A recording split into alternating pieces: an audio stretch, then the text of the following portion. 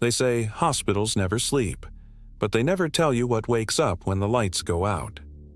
I worked nights at St. Augustine Memorial, a sprawling hospital on the edge of the city. 12 floors, 3 basement levels, nearly 1,000 beds.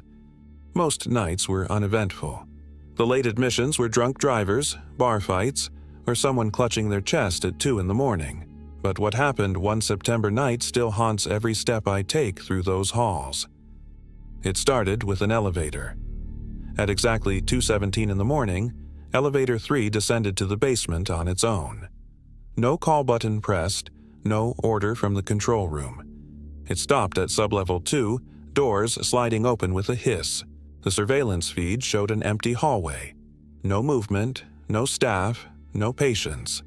Then the doors closed, except they did not. The screen glitched, showing the doors closing again and again, 10 times, 20 times, until the feed froze.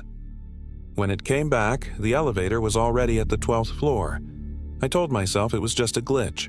Then the overhead system announced in its calm female voice, "Code Gray, Isolation Protocol, Ward 6. Ward 6 had been closed for years. Mold, water damage, no patients allowed. The overhead should never have said that. Nurse Riley and I went up together. She was pale, clutching her keyring like a weapon. The corridor lights of Ward 6 flickered as we approached. The double doors stood unlocked, swaying slightly, though no air vent was on. Inside, the smell hit us first. Not rot, not chemicals, something older. A smell like wet concrete mixed with iron.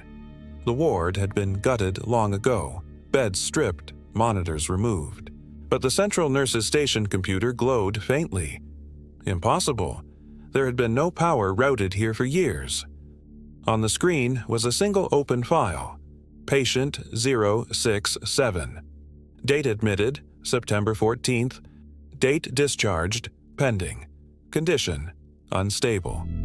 I scrolled down. There was no photo, no doctor's notes, just line after line of the same phrase repeated hundreds of times.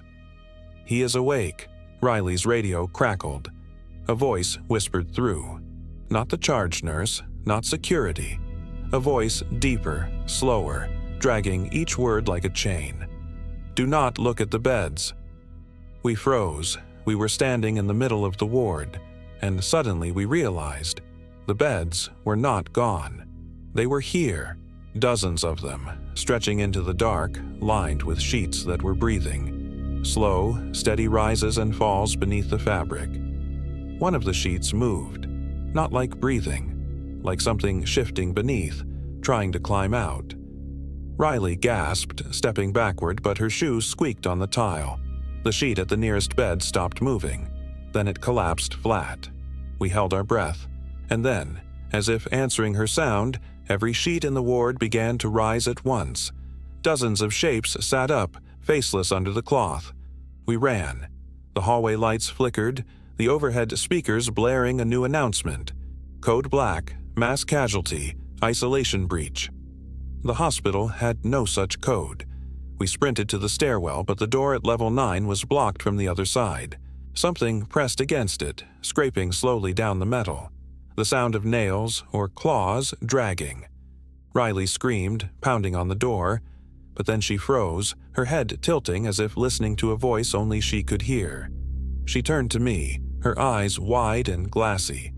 "They say he never left," she whispered, and then she opened the stairwell door effortlessly and stepped through, though I had just felt the resistance of something pushing back. The door closed behind her.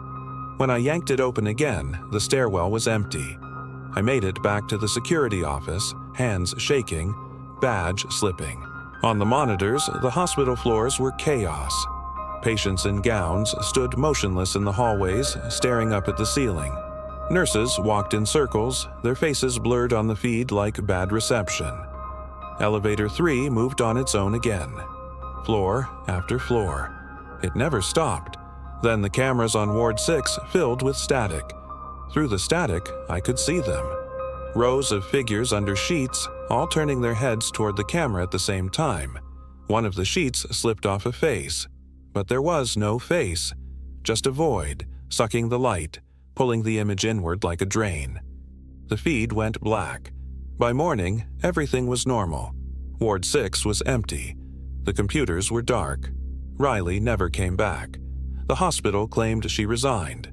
They said her badge had been turned in. But I saw the logs. Her badge still scans itself every night at exactly 2:17 on sublevel 2. And sometimes when the overhead chimes for real code, I hear another voice layered underneath the announcement. A whisper, patient and calm. He is awake.